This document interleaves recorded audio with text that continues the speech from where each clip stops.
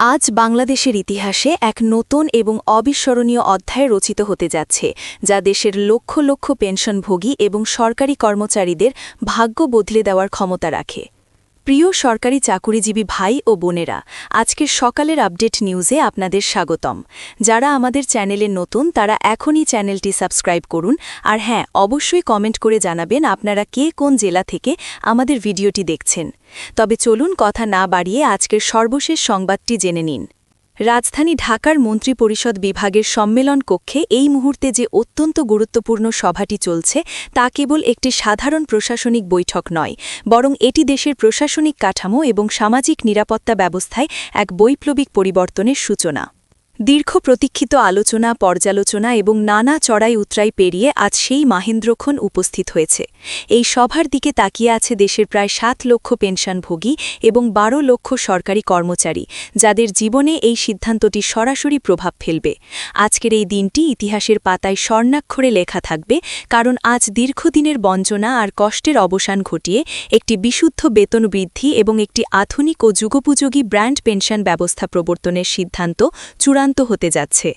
মন্ত্রিপরিষদ বিভাগের সেই সম্মেলন কক্ষ থেকে মাত্র ৩.৫ মিনিট দূরে অবস্থিত সচিবালয়ের প্রতিটি করিডোরে এখন টানটান উত্তেজনা এবং আনন্দের বাতাস বইছে। তবে এই আনন্দের পেছনে লুকিয়ে আছে দীর্ঘদিনের জমানো কিছু দুঃখ, কষ্ট আর হাহাকার, যা আজ মোচনের অপেক্ষায়।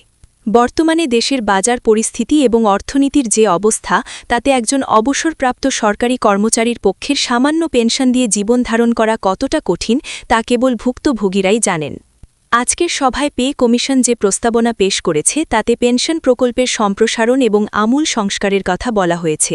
একে কমিশন কেবল প্রশাসনিক দায়িত্ব নয়, বরং একটি জাতীয় নৈতিক দায়িত্ব হিসাবে চিহ্নিত করেছে।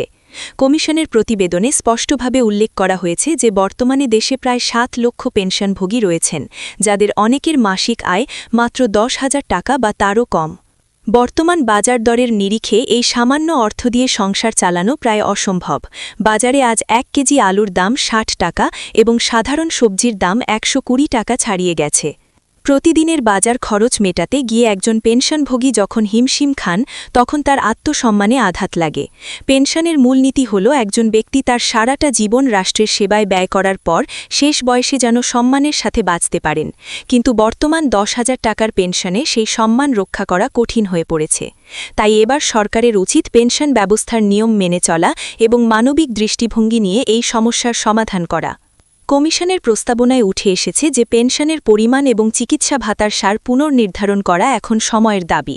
সরকার এবং নীতি নির্ধারকদের সামনে প্রশ্ন রাখা হয়েছে যে একজন শিক্ষক বা সরকারি কর্মচারী যখন অবসরে যান, তবে তিনি যদি মাত্র ৮,০০০ টাকা পেনশন পান, তবে এই দুর্মূল্যের বাজারে তিনি চলবেন কিভাবে।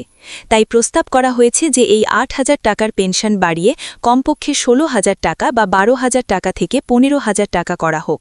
এমনকি ক্ষেত্রবিশেষে এটি ২০,০০০ টাকায় উন্নীত করার সুপারিশও রয়েছে।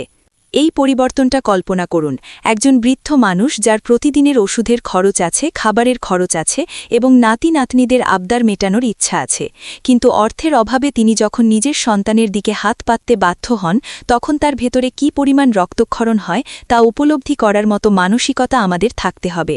তার আত্মসম্মান আছে, তিনি সুখের আশা করেন, কিন্তু অভাবের তাড়নায় সব চাপা পড়ে যায়।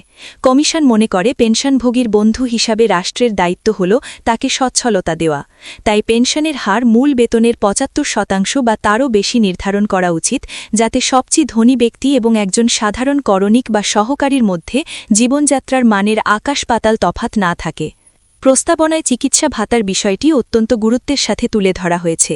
পরিসংখ্যান বলছে দেশের মোট জনসংখ্যার একটি বড় অংশ বার্ধক্যজনিত নানা রোগে ভুগছেন। একজন পেনশনভোগীর জন্য চিকিৎসা ভাতা বর্তমানে যা দেওয়া হয় তা প্রয়োজনের তুলনায় অত্যন্ত নগণ্য। কমিশন সুপারিশ করেছে যে যদি পারিবারিক পেনশন ১০,০০০ টাকার উপরে হয়, তবে চিকিৎসা ভাতাও সম্মানজনক হারে বাড়াতে হবে। একজন অবসরপ্রাপ্ত ব্যক্তির মাসে ওষুধের খরচই যেখানে ৫ থেকে ১০,০০০ টাকা, সেখানে নামমাত্র চিকিৎসা ভাতা দিয়ে তাকে অপমান করা হয়। প্রস্তাবনায় বলা হয়েছে যদি ব্যক্তি একজন অনুশীলনকারী পণ্ডিত হন বা বিশেষ মর্যাদাপূর্ণ পদে থাকেন, তবে তার মাসিক চিকিৎসা ভাতা ১০,০০০ টাকা নির্ধারণ করা উচিত। সাধারণ পেনশনভোগীদের ক্ষেত্রেও যদি মূল পেনশন ১০,০০০ টাকা হয়, তবে চিকিৎসা ভাতা কমপক্ষে ৩,০০০ টাকা থেকে ৫,০০০ টাকা হওয়া উচিত। কারণ স্বাস্থ্যই যদি না থাকে তবে পেনশনের টাকা দিয়ে কি হবে। একজন অসুস্থ পেনশনভোগী যখন টাকার অভাবে চিকিৎসা করাতে পারেন না, তখন তিনি মনে করেন যে তিনি পরিবারের বোঝা হয়ে গেছেন। এই মানসিক যন্ত্রণা থেকে তাকে মুক্তি দেওয়া রাষ্ট্রের কর্তব্য। তার সন্তানের হাত ধরার আগেই যেন তিনি নিজের টাকায় চিকিৎসা করাতে পারেন, সেই সক্ষমতা তৈরি করাই এই নতুন পে স্কেলের লক্ষ্য। এই কমিশনের এই সুপারিশ মালায় মূল বেতন এবং অন্যান্য ভাতার বিষয়েও বিস্তারিত দিক নির্দেশনা দেওয়া হয়েছে। প্রস্তাব করা হয়েছে যে মূল বেতন এমনভাবে নির্ধারণ করতে হবে যা একটি পরিবারের যত্ন নেওয়ার জন্য যথেষ্ট। উদাহরণস্বরূপ মূল বেতন 20,050 টাকা হলে তার সাথে অতিরিক্ত ভাতা যোগ করে একটি সম্মানজনক প্যাকেজ তৈরি করতে হবে। চিকিৎসা ভাতা 500 টাকা থেকে বাড়িয়ে 3,000 বা তার বেশি করা, যাতায়াত ভাতা বা পরিবহন ভাতা 3500 টাকা থেকে 4,000 টাকায় উন্নীত করার প্রস্তাবও বিবেচনায় আছে। এই প্রস্তাবটি সকল গ্রেডের কর্মচারীদের জন্য প্রযোজ্য হবে। বিশেষ করে নিম্ন আয়ের কর্মচারীদের জন্য এটি হবে এক বিশাল স্বস্তি। আমরা একটি দুর্দান্ত বেতন কাঠামোর কল্পনা করছি যেখানে অভাব থাকবে না মাসের শেষে ধার করার প্রবণতা। পেনশনের স্কেল যদি মূল বেতনের চেয়ে কম হয় তবে পেনশনভোগীকে তার প্রাপ্য সম্মান বুঝিয়ে দিতে হবে। কমিশন এবং সরকার উভয়ই একমত যে এই সংস্কারের মাধ্যমে পেনশন ব্যবস্থাকে এমন এক উচ্চতায় নিয়ে যাওয়া হবে যা ভবিষ্যতে একটি মডেল হিসাবে কাজ করবে। আজকের এই সভা থেকে যে সিদ্ধান্ত আসবে তা কেবল টাকার অঙ্ক বাড়ানো নয়, বরং এটি হল রাষ্ট্রের পক্ষ থেকে তার প্রবীণ নাগরিকদের প্রতি কৃতজ্ঞতা প্রকাশের একটি মাধ্যম। দীর্ঘ প্রতীক্ষার পর এই আলোচনা শেষ হতে যাচ্ছে এবং আমরা আশা করছি ফলাফল হবে অত্যন্ত ইতিবাচক। যদিও সামনে কিছু প্রশাসনিক ঝামেলা বা উদ্বেগ থাকতে পারে, কিন্তু সরকারের সদিচ্ছা থাকলে তা সহজেই দূর করা সম্ভব। পেনশনভোগীরা আর আশ্বাস চান না, তারা চান বাস্তবায়ন। তারা চান মাসের শুরুতে হাতে এমন একটি অঙ্ক আসুক যা দিয়ে তারা মাথা উঁচু করে বাজারে যেতে পারেন। সন্তানের দিকে তাকিয়ে থাকতে না হয়, তাদের আত্মসম্মান নিয়ে যেন আর খেলা না হয়। এই কমিশনের উপর তাদের পূর্ণ আস্থা রয়েছে এবং তারা বিশ্বাস করেন যে সরকার তাদের হতাশ করবে না। আজ বাংলাদেশের ইতিহাসে যে নতুন অধ্যায় লেখা হচ্ছে তা হবে বৈষম্যহীনতার অধ্যায়, সম্মানের অধ্যায় এবং মানবিকতার অধ্যায়। এই অধ্যায়ে একজন পেনশনভোগী আর করুণার পাত্র থাকবেন না, বরং তিনি হবেন সমাজের একজন সম্মানিত ও সচ্ছল নাগরিক। সরকারের উচিত পেনশন ব্যবস্থার এই নতুন নিয়ম অক্ষরে অক্ষরে পালন করা এবং দ্রুততম সময়ের মধ্যে গ্যাজেট প্রকাশ করে তা কার্যকর করা। তাহলেই কেবল এই দীর্ঘ আন্দোলনের সার্থকতা আসবে এবং লক্ষ লক্ষ মানুষের মুখে হাসি ফুটবে। ভিডিওটি খুবই জরুরি, তাই দয়া করে সবার সাথে ভিডিওটি শেয়ার করতে ভুলবেন না। আর নতুন ভিডিও আপডেট পেতে এখনই চ্যানেলটি সাবস্ক্রাইব করুন।